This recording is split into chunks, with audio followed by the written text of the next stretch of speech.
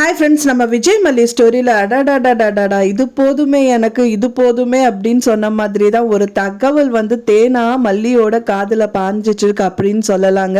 So அந்த மாதிரி தான் வந்து மல்லி வந்து பார்த்தீங்க அப்படின்னா ஒரு விஷயத்த வந்து தன்னோட லாயர்கிட்ட இருந்த ஒரு விஷயத்த வந்து தெரிஞ்சிருக்காங்க. ஸோ அது என்னதான் அவங்க தெரிஞ்சிருக்காங்க, ஸோ அது எந்த விதத்தில் வந்து எப்படி சாத்தியமாக போகுது அண்ட் விஜய் வெளியில் கொண்டு வரதுக்கு எப்படி சாத்தியமாக போகுது அப்படின்னு பார்த்தீங்கன்னா, மெயினாக வந்து போன எபிசோட பொறுத்த வரைக்கும் வந்துட்டு இந்த விஜயை போட்டு சாத்துன்னு சாத்துறாங்க. மெயினா வந்து இந்த லேடி இன்ஸ்பெக்டர் வந்துட்டு தீபிகா மேடம் அவங்களோட இன்ஸ்பெக்டரை வச்சுட்டு பயங்கரமா அடிக்க சொல்றாங்க பண்றாங்க. வேற வழி இல்லை, இப்படி அடிச்சா மட்டும்தான் அவன் வாயில இருந்து உண்மையை வாங்க முடியும்னு சொல்றாங்க. அவங்களுக்கு வேண்டிய உண்மை என்ன அப்படின்னு பாத்தீங்கன்னா, இந்த விஷயம் பண்ணதே மல்லிதா அப்படின்னு சொல்லிட்டு விஜய் வந்து அவரோட வாயாட சொல்லணும் அப்படின்னு எதிர்பார்க்கிறாரு. ஆனா அந்த விஷயம் மல்லி பண்ணவே இல்லையே, இருந்தாலும் மல்லி ஏன் வந்துட்டு அடமான பொருளை இங்க கொண்டு வந்து நிறுத்தணும் அப்படிங்கிற மாதிரி விஜய் வந்து நினைக்கிறாரு. ஸோ அதனாலேயே வந்துட்டு இந்த விஷயங்கள் எதுவுமே சொல்லாம வந்து அடி வேணாலும் வாங்கிக்கலாம், தவறுதலா கூட வந்து மல்லி நம்ம வாயிலிருந்து வரவே கூடாது அப்படின்னு சொல்லிட்டு இருக்காங்க. அப்படியே மல்லின் வராட்டா கூட இந்த விஷயம் நான் பண்ணல, அதாவது இந்த கொலை நான் பண்ணலன்னு சொல்லிட்டாங்க அப்படின்னா அடுத்தபடியாக மல்லியை தான் தூக்கி ஜெயிலில் வந்து போடுவாங்க.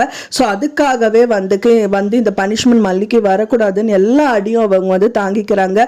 ஸோ அதை வந்து பார்த்தவர் தான் வந்து லாயர் பார்த்துட்டு அவரும் வந்து அவர் தரப்பில் எல்லாமே பேசி பார்க்குறாங்க.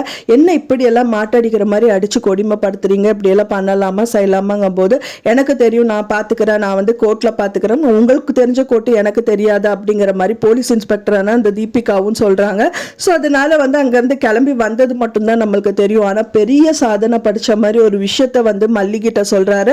ஸோ அதுதான் வந்து பாத்தீங்க அப்படின்னா வந்துட்டு மல்லிகிட்ட போயிட்டு இந்த மட்டும் பண்ணுங்க, விஜய் வந்து வெளியில வருவாரு அப்படிங்கிற மாதிரி விஷயங்கள் தான் சொல்றாரு. ஸோ என்னதான் சொல்லியிருக்காரு அப்படின்னு பாத்தீங்கன்னா, ஸோ இப்போ வந்து அவங்க வந்து மாட்டி அடிச்சாங்க இல்லையா, ஸோ அதுவே நம்மளுக்கு பிளஸ் தான் அப்படிங்கிற மாதிரி சொல்றாங்க.